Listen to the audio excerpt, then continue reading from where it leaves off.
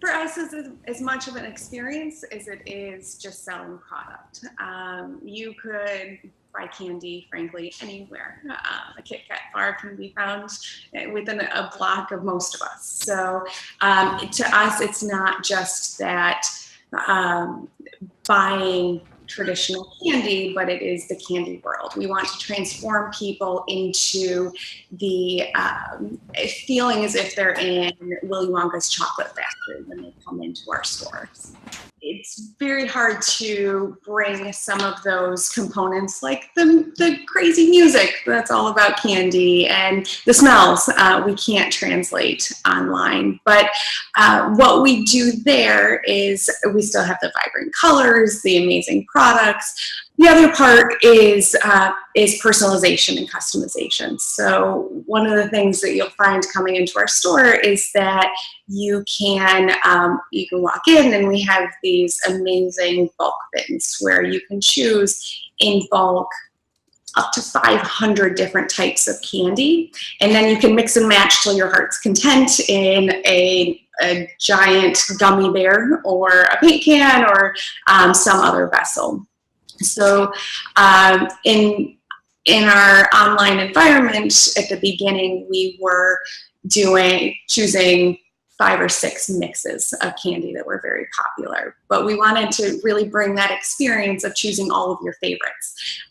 So we launched this year what we call Design Shop, which truly allows you to customize your candy with not just the candy that you want inside of it, but also you can upload a picture and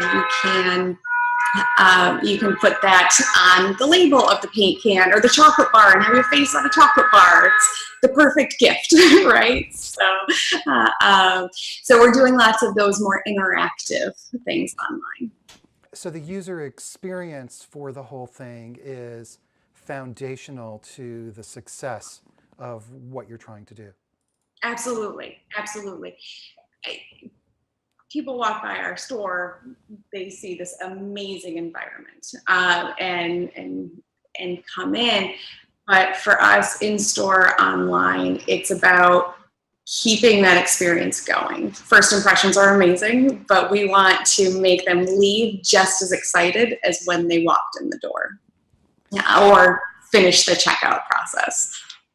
Dylan's Candy Bar is all about the customer experience in the store and the customer experience and the user experience on the web.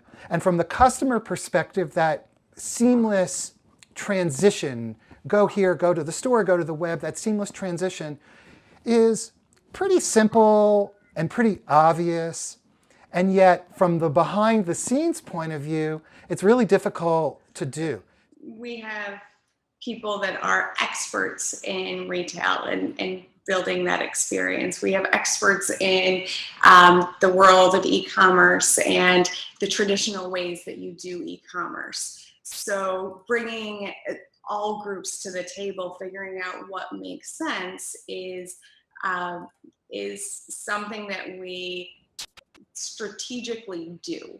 And I think that and the technology needs to follow. So a lot of retailers that are trying to get into both spaces, they are letting technology guide how they do things in those spaces, rather than saying, okay, well, we need to customize, we need to tell the technology what to do in this regard, and think outside of the box as far as the mode in which we operate to bring in this other channel that is working alongside us.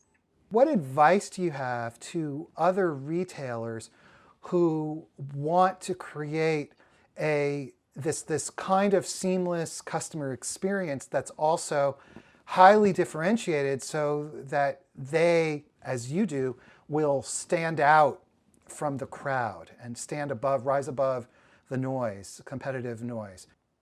First of all, always stepping back and looking at what is our actual customer experience, because I think that we all have so much to do, and we tend to get a little siloed of this is how this in theory works, and over there in that other department, that's how that works. But does it really? And is the customer seeing a seamless process, or do they get on the website and it could be a different company?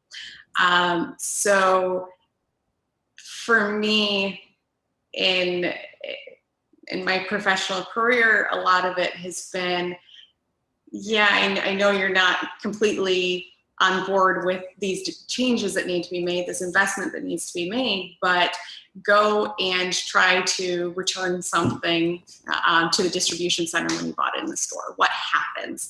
And to think through every step for the customer. There's often a lot of light bulbs to say, oh, wait a minute, how would that work? And if we don't know how it works, then our customer is definitely not going to have a good experience in making that work. So it's that, again, the technology, guiding the technology rather than letting it guide you in your decision making. To some degree, we always have to make decisions based on capabilities. However, looking for that flexibility and not